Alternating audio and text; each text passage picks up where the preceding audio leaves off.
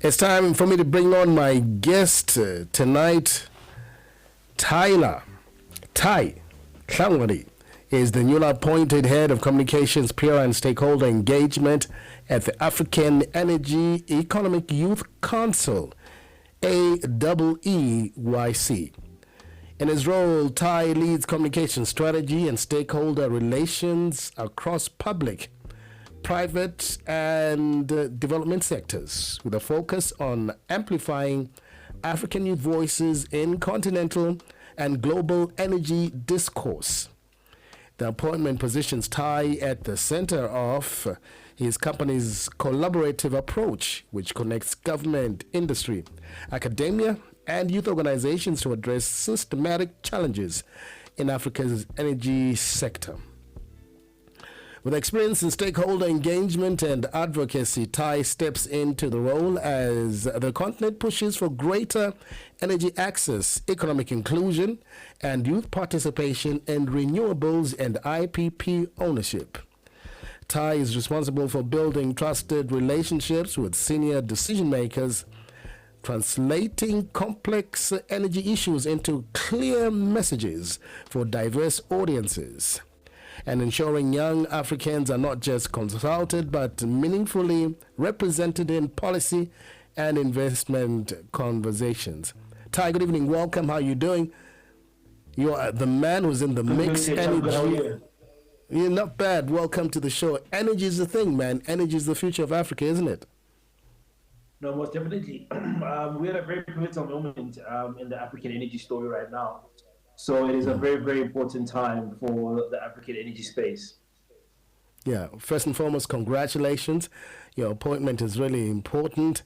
Let's talk about energy and you being the head of communications, PR, and stakeholder engagement at your organization right now. What role are you going to play to ensure that the story about energy connects with the youth of Africa? Well, thanks for the warm welcome. There's a lot to be played. I mean, like I said earlier, we're at a very, very pivotal moment. And I mean, we're not just talking about energy access anymore at this point. We're talking about the people that are going to basically shape the stories, shape the narrative, and also shape the systems that will power the continent for the next 50 or so years.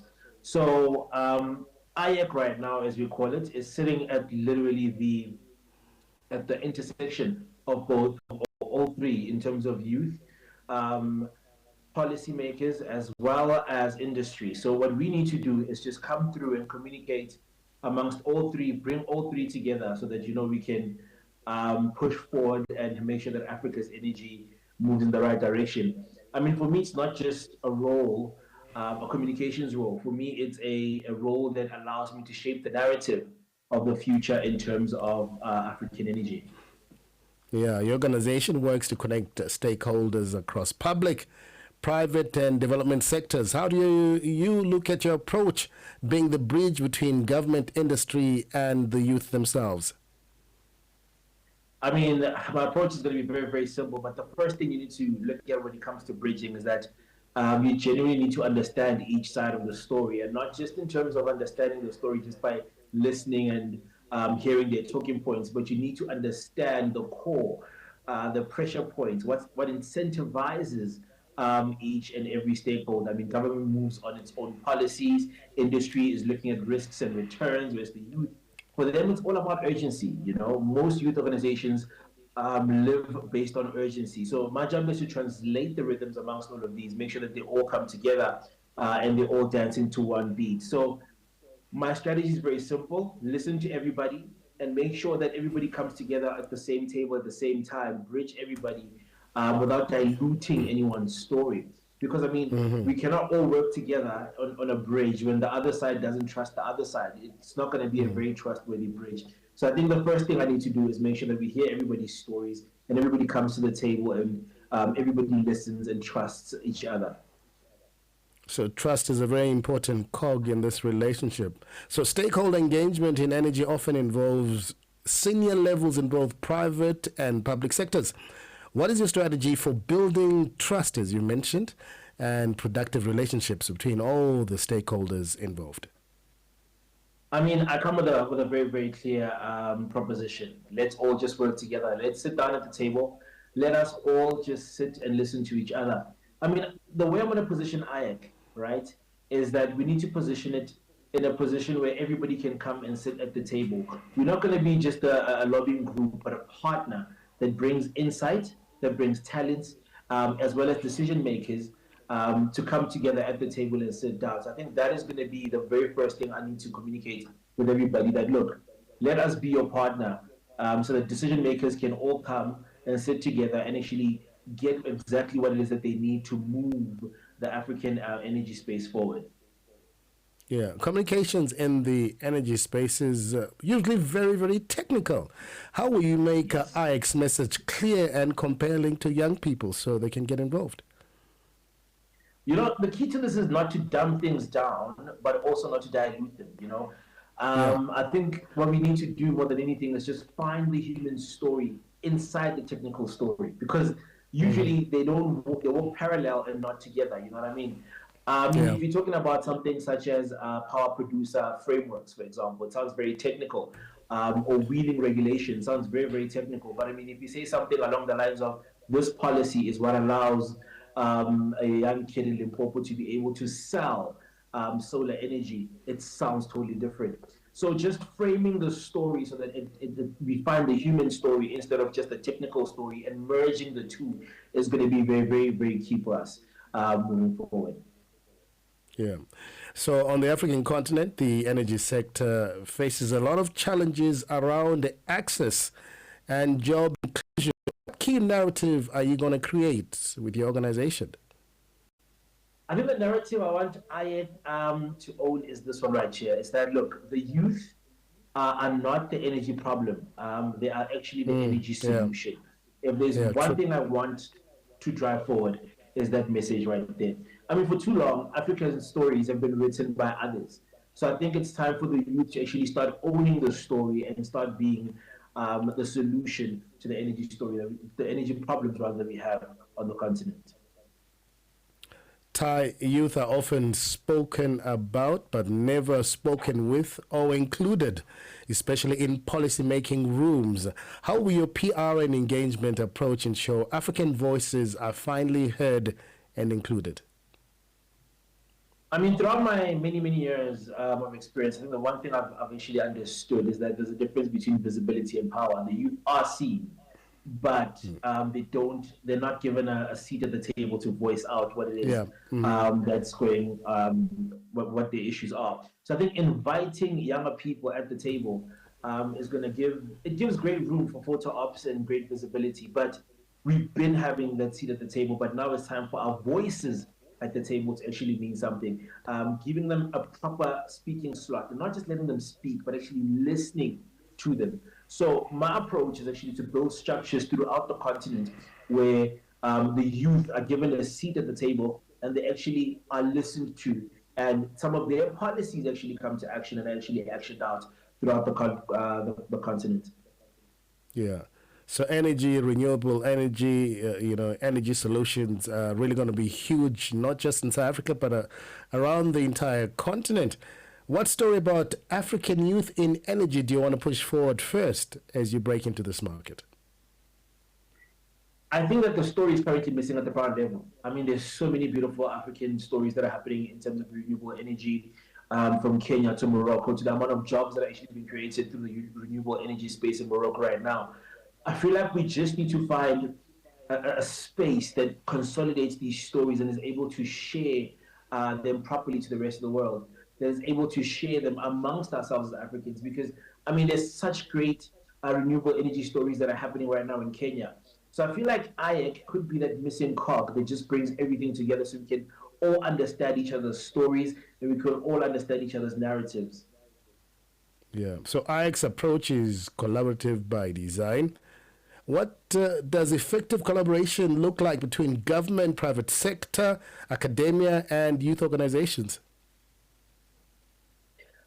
This is actually very funny because I've always said this, that what we love to do, especially throughout the continent, not just in the energy sector, is that we love throwing workshops around, we love sitting around the table. But at the end of the day, what is effective collaboration is accountability. It's shared outcomes amongst all stakeholders sitting at the table. So once we have a workshop and we've sat down, what are the next steps that we are taking? Now, in practice, each sector actually needs to bring something to the table. Government needs to bring its policies. Um, your industry needs to bring its risks and returns to the table as well. The youth need to bring their energy, need to bring their ideas, and we must all sit at the table and actually move forward instead of just us having these beautiful workshops. We get to give these beautiful speeches, but there is Yeah, no follow through action. So I feel like that is yeah. one of those that I want to push amongst the youth. That once the workshop is done, what are the follow throughs that we have? You got to hit the ground running, I hear you, my brother. Crisis and Yes, sir. reputation management are part of your PR role. In a sector highly politicized as energy, how do you balance transparency with protecting stakeholder trust?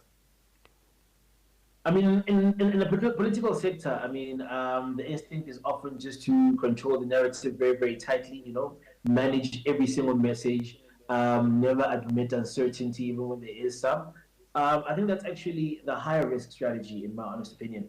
I think trust, especially with the kind of stakeholders that IEC engages, is what's going to assist us in making sure that our crisis comes through beautifully.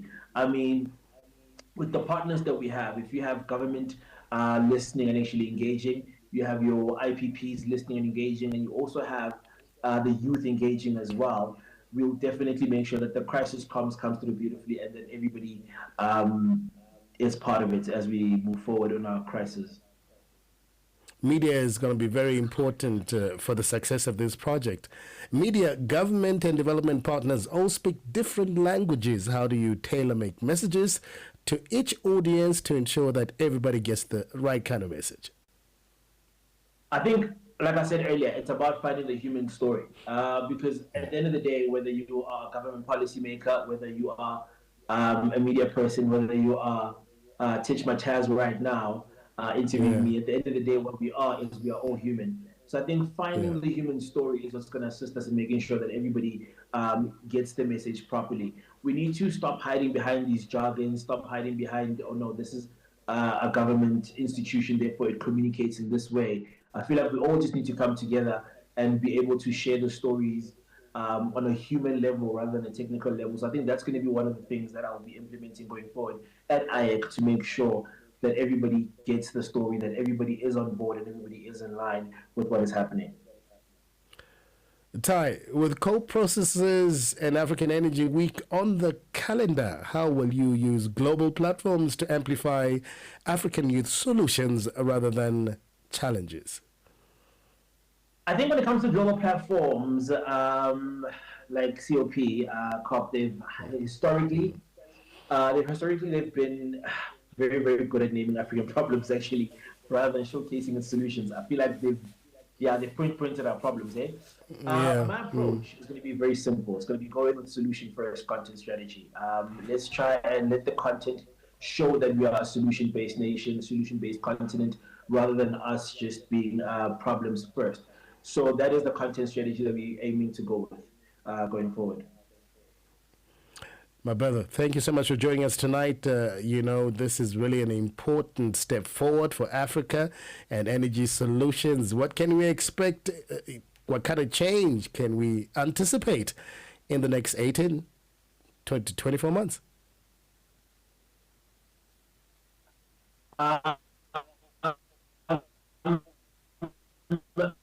There's a lot in the pipeline.